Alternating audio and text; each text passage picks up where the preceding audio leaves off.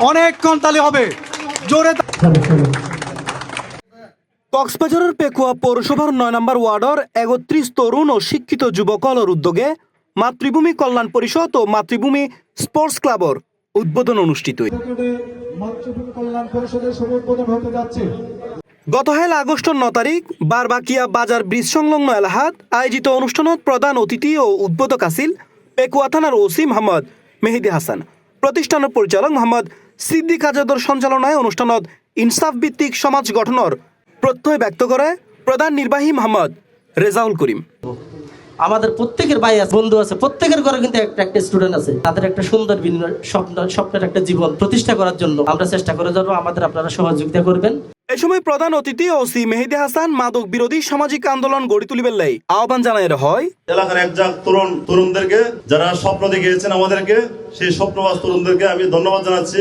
বর্তমান সময়ে আমাদের একটাই সমস্যা, যে মাদক আজকে আমাদের সমাজে রন্ধ্রে রন্ধ্রে প্রবেশ করেছে। এই মাদককে আমাদের বুড়া থেকে নির্মূল করতে হবে। অনুষ্ঠানে তারও বক্তব্য রাখে বারবাকিয়া ইউপি চেয়ারম্যান অধ্যক্ষ বদিউল আলম জাহাদি, সাবেক ভাইস চেয়ারম্যান নুরুজ্জামান মঞ্জু, শহীদ জিয়াউর রহমান উপকূলীয় কলেজের প্রদর্শক নাসির উদ্দিন, বারবাকিয়া সরকারি প্রাথমিক বিদ্যালয়ের প্রধান শিক্ষক মোহাম্মদ নাসির উদ্দিন, MUP মোহাম্মদ দিদারুল আলম, সাবেক MUP মোহাম্মদ ইসমাইল শিকদার, বিশিষ্ট সমাজসেবক আক্তার হোসেন সহ আরো বহুত কেউ। মাতৃভূমি ছাড়া আমরা বিশ্বের বুকে টিকে থাকতে পারি না। সুতরাং বলা হয়েছে হুব্বুল ওয়াতানে মিনাল ঈমান, মাতৃভূমিকে ভালোবাসা অঙ্গ। ৩ তারিখ আমাদের মাননীয় স্বরাষ্ট্রমন্ত্রীর সাথে আমার সরাসরি কথা হয়েছে। ৩ তারিখ আমি কথা বলেছি, উনি আমাদেরকে বলেছেন মঞ্জু যে কোনো ভাবে থানায় যেন কোনো আক্রমণ না হয়। এই মাতৃভূমি কল্যাণ পরিষদ যেভাবে তাদের কার্যক্রম অব্যাহত রেখেছে, আশা করি তাদের সুদক্ষ যোগ্য নেতৃত্বে আমরা সেই কাঙ্ক্ষিত লক্ষ্যে পৌঁছতে পারবো বলে আমার দৃঢ় বিশ্বাস। আমি আমার গ্রামবাসী, প্রিয় গ্রামবাসীর কাছে জানতে চাই,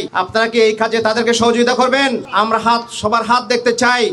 অনুষ্ঠানত বৃক্ষ বিতরণের মাধ্যমে সংগঠনের কার্যক্রমের সূচনা করে সমাজসেবক মোহাম্মদ শহীদুল ইসলাম, প্রধান উপদেষ্টা মোহাম্মদ মনিরুজ্জামান ও উপদেষ্টা মোহাম্মদ ইউনুস ও উপদেষ্টা গ্যাসউদ্দিন। এ সময় বক্তব্যে তরুণলের এই উদ্যোগ এলাকার সামাজিক উন্নয়ন ও জনকল্যাণে ইতিবাচক ভূমিকা রাখব বলে প্রত্যয় ব্যক্ত করে। পরে আনন্দ ও উৎসব মুখর পরিবেশে শেষ হয় আনুষ্ঠানিকতা।